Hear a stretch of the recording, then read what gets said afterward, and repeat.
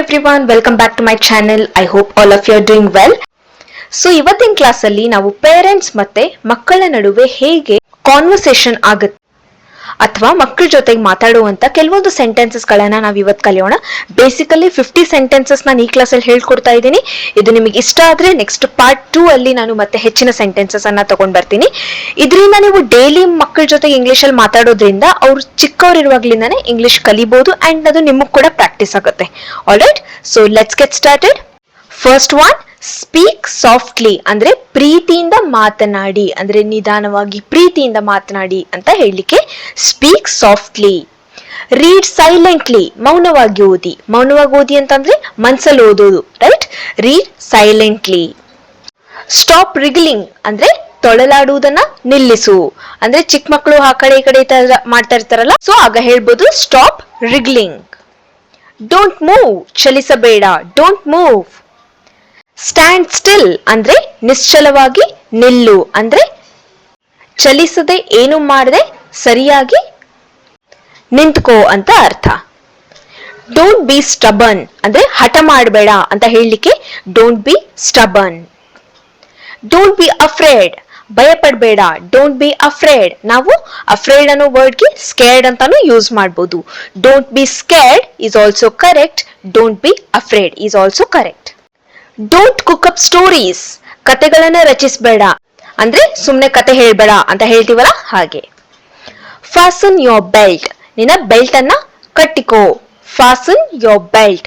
ಫಾಸ್ಟನ್ ಅಂತ ಓದ್ಬಾರ್ದು, it's fasten. Okay. Loosen your belt, belt ಅನ್ನ ಸಡಿಲಗೊಳಿಸು. Loosen your belt. Keep your head still, ನಿನ್ನ ತಲೆಯನ್ನ ಸ್ಥಿರವಾಗಿ ಇರಿಸು. Keep your head still. Wake up, ಎದ್ದೇಳು. Wake up. Wake your brother up, ನಿನ್ನ ಸಹೋದರನನ್ನ ಎಬ್ಬಿಸು. Wake your brother up. Roll up your sleeves, ನಿನ್ನ ತೋಳುಗಳನ್ನ ಸುತ್ತಕೋ. ಸೊ ಇದೇನು ಇದರ ಅರ್ಥ? ನಮ್ಮ ಶರ್ಟ್ ಇರುತ್ತೆ, ಶರ್ಟ್ ಸ್ಲೀವ್ಸ್ ಅನ್ನ ನಾವು ಮೇಲೆ ಎತ್ಕೋ ಅಂತ ಹೇಳ್ತೀವಲ್ಲ, ಸೊ ಅದಕ್ಕೆ roll up your sleeves. Hold out your hand, ನಿನ್ನ ಕೈಗಳನ್ನ ಮುಂದೆ ಮಾಡು ಅಂತ ಹೇಳಲಿಕ್ಕೆ hold out your hand. Nod your head, ತಲೆಯಾಡಿಸು.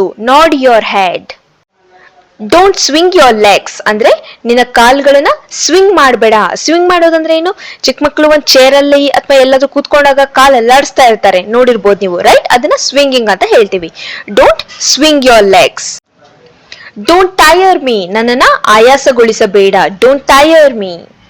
Sniff it, ಅದನ್ನ ಮೂಸು ನೋಡು. Sniff it. Make your bed, ನಿನ್ನ ಹಾಸಿಗೆಯನ್ನ ಹಾಸ್ಕೋ. Make your bed.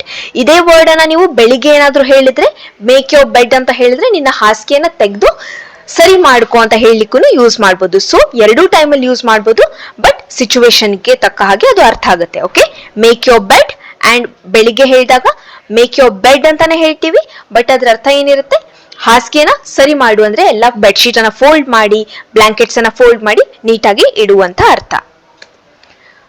Don't wander of, ಅಲ್ಲಿ ಇಲ್ಲಿ ಹೋಗ್ಬೇಡ ಅಂದ್ರೆ ಚಿಕ್ಕ ಮಕ್ಕಳಿಗೆ ಹೇಳ್ತೀವಿ ನಾವು, ಅಲ್ಲಿ ಹೋಗ್ಬೇಡ, ಓಡಾಡ್ಬೇಡ ಅಂತ. Don't wander of. Come forward, ಮುಂದೆ ಬಾ. Come forward. ಮೂವ್ ಬ್ಯಾಕ್ವರ್ಡ್, ಹಿಂದೆ ಹೋಗು ಅಥವಾ ಹಿಂದೆ ಸರಿ. Move backward. Blink your eyes, ನಿನ್ನ ಕಣ್ಣುಗಳನ್ನ ಮಿಟುಕಿಸು. Blink your eyes. Set your bag ಅಂದ್ರೆ ಬೆಳಿಗ್ಗೆ ಸ್ಕೂಲ್ ಹೋಗ್ಲಿಕ್ಕೆ ಬ್ಯಾಗ್ ಅನ್ನ ರೆಡಿ ಮಾಡ್ಕೋ ಅಂತ ಅರ್ಥ. ಇಲ್ಲಿ ಕನ್ನಡ ಟ್ರಾನ್ಸ್ಲೇಷನ್ ಅಲ್ಲಿ ಸ್ವಲ್ಪ ಮಿಸ್ಟೇಕ್ ಆಗಿದೆ, so sorry for that. Lower your voice, ನಿನ್ನ ಧ್ವನಿಯನ್ನ ಕಡಿಮೆ ಮಾಡು. Lower your voice. Get dressed quickly, ಬೇಗ ತಯಾರಾಗು. Get dressed quickly. Cover your mouth ಅಂದ್ರೆ ನಿನ್ನ ಬಾಯನ್ನ ಕವರ್ ಮಾಡ್ಕೋ. ಸೊ ಬಟ್ಟೆಯಿಂದ ಕವರ್ ಮಾಡು ಅಥವಾ ಕೈಯಿಂದ ಕವರ್ ಮಾಡು ಅಂತ ಹೇಳ್ತೀವಲ್ಲ ಹಾಗೆ. ಸೊ ಕವರ್ ಮಾಡ್ಕೋ ಅದನ್ನ. Cover your mouth. Cover your eyes, ನಿನ್ನ ಕಣ್ಣುಗಳನ್ನ ಕವರ್ ಮಾಡ್ಕೋ.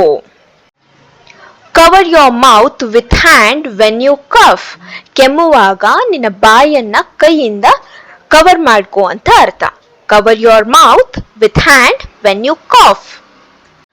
Wipe your hands with towel ಅಂದ್ರೆ ಟವಲ್ನಿಂದ ನಿನ್ನ ಕೈಗಳನ್ನ ಒರೆಸ್ಕೋ ಅಂತ ಅರ್ಥ.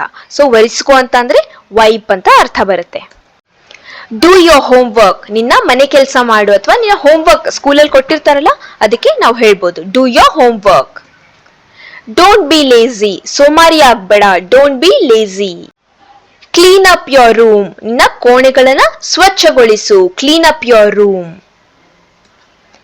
ಸ್ಟಡಿ ಫಾರ್ ಯೋರ್ ಎಕ್ಸಾಮ್ಸ್, ನಿನ್ನ ಪರೀಕ್ಷೆಗಳಿಗೆ ಅಧ್ಯಯನ ಮಾಡು ಅಥವಾ ಓದು ಅಂತ ಅರ್ಥ. Write your exam with calm mind, ಅಂದ್ರೆ ಶಾಂತ ಮನಸ್ಸಿನಿಂದ ಪರೀಕ್ಷೆಯನ್ನ ಬರಿ ಅಂತ ಅರ್ಥ. ಸೊ ಎಕ್ಸಾಮ್ಗೆ ಹೋಗುವಾಗ ನೀವು ಗೊತ್ತಿರೋರಿಗೆ, ಚಿಕ್ಕ ಮಕ್ಕಳಿಗೆ ಅಥವಾ ಹೇಳ್ಬೋದು ನೀವು write your exam with calm mind. Keep your mobile aside and study, ನಿನ್ನ ಮೊಬೈಲ್ ಅನ್ನ ಪಕ್ಕಕ್ಕೆ ಇಟ್ಟು ಓದ್ಕೋ ಅಂತ ಅರ್ಥ. Keep your mobile aside and study. So this is it for today. I hope you liked it. ತುಂಬಾ ಚಿಕ್ಕ ವಿಡಿಯೋ ಇತ್ತು ಅಂಡ್ ಆಲ್ಸೋ 50 ಸೆಂಟೆನ್ಸಸ್ ಇದೆ. ಸೊ ಇದು ನಿಮಗೆ ಇಷ್ಟ ಆದ್ರೆ ನಾನು ಅದನ್ನ ಮತ್ತೆ ಪಾರ್ಟ್ 2 ಅಲ್ಲಿ ಇನ್ನೂ ಜಾಸ್ತಿ ಸೆಂಟೆನ್ಸಸ್ ಅನ್ನ ಹೇಳ್ಕೊಡ್ತೀನಿ. ಇದನ್ನ ಡೈಲಿ ಪ್ರಾಕ್ಟೀಸ್ ಮಾಡಿ. ಸೊ ಎವ್ರಿ ಡೇ ನಾನು 4 ಶಾರ್ಟ್ ಸೆಂಟೆನ್ಸಸ್ ಅನ್ನ ಯೂಟ್ಯೂಬ್ ಶಾರ್ಟ್ಸ್ ಅಲ್ಲಿ ಆಲ್ರೆಡಿ 10 ವಿಡಿಯೋಸ್ ಅನ್ನ ಹಾಕಿದ್ದೀನಿ. ಸೊ ಅದನ್ನ ನೋಡಿ ಅದರಿಂದ ನೀವು ತುಂಬಾ ನಾಲೆಜ್ ಅನ್ನ ಬೆಳೆಸ್ಕೊಳ್ಬಹುದು. ವಿಡಿಯೋ ಹೆಲ್ಪ್ಫುಲ್ ಆಗಿದ್ರೆ ಅಥವಾ ಇಷ್ಟ ಆಗಿದ್ರೆ ನಿಮ್ಮ ಫ್ರೆಂಡ್ಸ್ ಜೊತೆಗೂ ಶೇರ್ ಮಾಡಿ ಅಂಡ್ ಲೈಕ್ ಮಾಡಿ. ಹೊಸದಾಗಿ ಚಾನೆಲ್ ಅನ್ನ ವಿಸಿಟ್ ಮಾಡಿದ್ರೆ ದಯವಿಟ್ಟು ಸಬ್ಸ್ಕ್ರೈಬ್ ಮಾಡಿ. Thank you so much for watching. Will meet you in the next video. Till then take care. Bye bye.